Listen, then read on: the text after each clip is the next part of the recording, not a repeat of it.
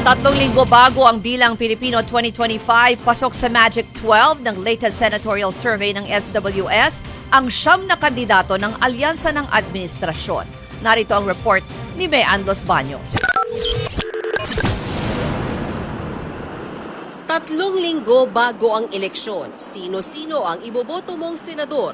Sa ginawang survey ng Social Weather Station sa SWS na kinumisyon ng Strat-Based Consultancy, nangunguna pa rin si Senator Bongo na may 45% voter preference. Pumapangalawa si ACT-CIS Party List Representative Erwin Tulfo na sinundan ni Senator Lito Lapid sa ikatlong pwesto. Parehong nasa rank 4 to 5 sina dating Senate President Tito Soto at Senator Pia Cayetano. Mula naman sa rank 9 sa SWS survey noong Marso, umangat sa ika-6 na pwesto si Senator Bato de la Rosa. Nasa 7 to 8 spots naman sina Senator Bong Revilla at broadcaster na si Ben Tulfo. Bahagyang umangat si Makati Mayor Abby Binay na ngayon ay nasa rank 9 na mula sa 11 to 13 noong Marso. Umakyat din sa ika-10 pwesto si Las Piñas Representative Camille Villar mula sa rank 11 to 13. Bagamat bahagyang bumaba, pasok pa rin sa Magic 12 kung sakali si dating Senador Ping Lacson. Gayon din si dating Senator Manny Pacquiao. Buwaba naman sa rank 13 to 14 ang TV host sa si Willie Revillame mula sa ika-10 pwesto noong Marso. Si Senator Amy Marcos naman umangat sa 13 to 14 mula sa rank 16. 15 to 16 spots naman sina dating Senador Bam Aquino at Kiko Pangilinan.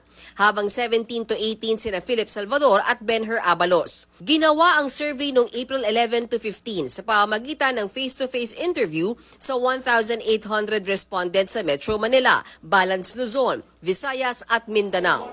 Dalawa sa pumasok sa top 12 ng survey ay galing sa PDP na partido ni dating Pangulong Duterte kabilang si Senator Go. Ang Duterte na katulad ko ay nais ipagpatuloy at ipaglaban ang mga magagandang nagawa ni dating Pangulong Rodrigo Duterte. Siyam naman ay galing sa Alyansa para sa Bagong Pilipinas na binuo ni Pangulong Bongbong Marcos. Kabilang si Lito Lapid. Tapat at malinis na paglilingkod daw ang isusukli niya sa suporta ng taong bayan. Inilabas naman kanina ni Camille Villar ang endorsement video sa kanya ni VP Sara. Kay Camille Villar, panatag ako. May magandang bukas na parating. Sa magkakaibigan, walang iwanan. Hindi pa naman sakop ng nasabing survey ang panahon kung saan pinalabas ang political ad ni Senator Amy kung saan inendorso rin siya ni VP Sara. Pero sa isang panayam, tila ipinagkibit-balikat lang ni Senator Amy ang resulta ng survey. Hindi naman masyadong papansin ng mga surveys. Hindi mo malaman kung sino ang pasok, sino ang hindi. Ako talaga collateral damage kasi nga Marcos ako. Sa isang pahayag, sinabi ng bise na ang 10 senatorial candidates ng kanyang ama, pati na sina Villar at Amy ay nagkakaisa sa parehong plano, ang magkaroon ng mapayapa at maunlad na Pilipinas. Bagay na sapat na raw para gibain ang anyay pagkakahati-hati sa politika sa ating bansa. Nagbabalita mula sa Frontline, Mean Los Baños, News 5.